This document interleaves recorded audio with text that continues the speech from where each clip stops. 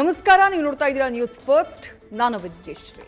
ಈ ಕ್ಷಣದ ಪ್ರಮುಖ ಸುದ್ದಿಗಳನ್ನು ನೋಡ್ತಾ ಹೋಗೋಣ. ಅದಕ್ಕೂ ಮೊದಲು ಹೆಡ್ಲೈನ್ಸ್. ವರದಕ್ಷಿಣೆಗೆ ಗಲಾಟೆಯಾಗ್ತಾ ಇತ್ತು. 10 ಲಕ್ಷ ಹಣ ಬಂಗಾರ ಕೊಡುವಂತ ಬಲವಂತ ಮಾಡ್ತಿದ್ದ. ಮದುವೆಗೆ ಮುನ್ನ ಚೆನ್ನಾಗಿದ್ದೆ, ಈಗ 60 ವರ್ಷದಂತೆ ಕಾಣಿಸ್ತಿದ್ಯಾ ಅಂತ ಬೈತಿದ್ದ.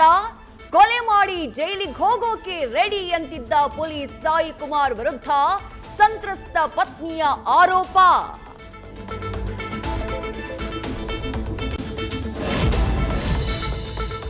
ಅಂತರ್ಜಾತಿ ವಿವಾಹಕ್ಕೆ ವಿರೋಧ, ಯುವಕನ ಮನೆಗೆ ನುಗ್ಗಿ ಅಟ್ಟಹಾಸ ಮೆರೆದಿರೋ ಕಿಡಿಗೇಡಿಗಳು.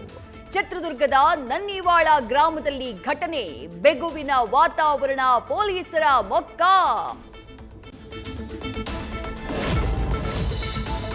ಕಾಂಗ್ರೆಸ್ ಮುಖಂಡ ಮೋಹನ್ ಹಿರೇಮನಿ ನಿಯಮ ಮೀರಿ ಶಿಕ್ಷಣ ಸಂಸ್ಥೆ ನಡೆಸ್ತಾ ಇರುವ ಆರೋಪ.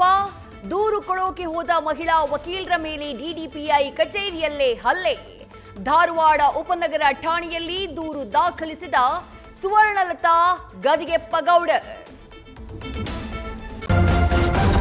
ನ್ಯೂಸ್ ಫಸ್ಟ್, ನಿರ್ಭೀತಿಯಿಂದ ನಿಮ್ಮ ಪರವಾಗಿ.